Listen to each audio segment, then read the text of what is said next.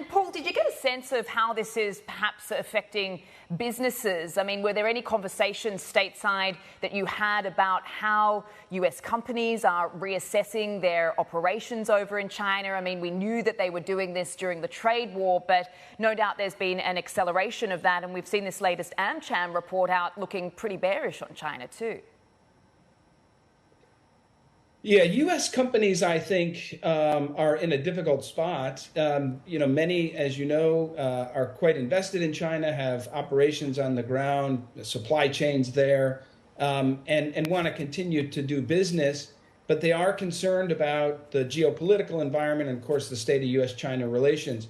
Republicans are now in control of the House of Representatives after the midterm elections last fall. They've signaled now they're going to use their authority over investigations and oversight and hearings to focus on China. And one piece of that will be on U.S. companies and what they're doing in China.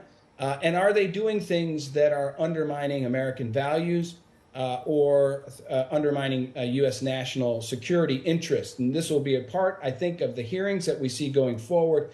And I think U.S. companies are staying very focused on what that means for them.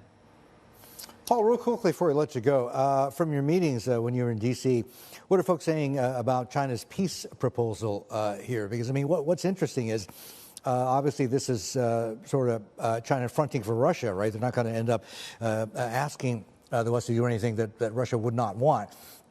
But a lot of the global South would be in line with this because, the wars created a lot of problems that, they just inherited, nothing to do with them. So they would be behind this. And the worry is, I think, at the end of the day, is going to any sort of ceasefire or peace proposals is going to involve Ukraine having to accept that, look, Russian troops came in and tanks, and they carved out a whole several big chunks of land, and you're just going to have to give it up in order for peace. I mean, that's going to be a bitter pill to swallow. No, I agree with you, Martin. I think that's actually the key question at the end of the day. My sense is China probably had more Europe and the global South, as you say, in mind as they put forward this peace proposal, more than the U.S., wanting to show Europe and the global South that, China's playing a responsible and important diplomatic role.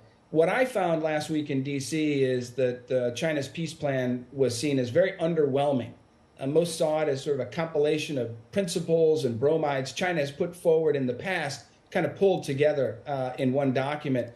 The National Security Advisor, Jake Sullivan, said it's a fine document if you stop reading after the first sentence, which says sovereignty of all countries needs to be respected. Zelensky was more diplomatic. He said he hopes China is able to play a role in ending the war, and he expressed an interest to meet President Xi. And it's worth noting that President Xi has not spoken to Zelensky since prior to Russia's invasion. Of course, he has spoken with President Putin, and he hosted the Belarusian president this week in Beijing. So, China puts itself forward as a neutral actor on the Ukraine crisis. In the U.S., from my meetings last week, I can tell you it is not viewed that way in the United States. And China is not willing to condemn Russia. We saw that at the G20. They couldn't come out with a collective joint statement because Russia objected to language about Russia's invasion of Ukraine. Surprisingly, China also objected to language that was similar to the G20 statement in Bali in November. So you see some shifts here on China's part that are quite concerning, aligning itself, it appears, more closely with Russia. Hi, I'm Emily Tan, and thanks for watching CNBC. You can check out more of our videos by clicking on the boxes on the screen, and don't forget to subscribe to the channel for more. Thanks for watching.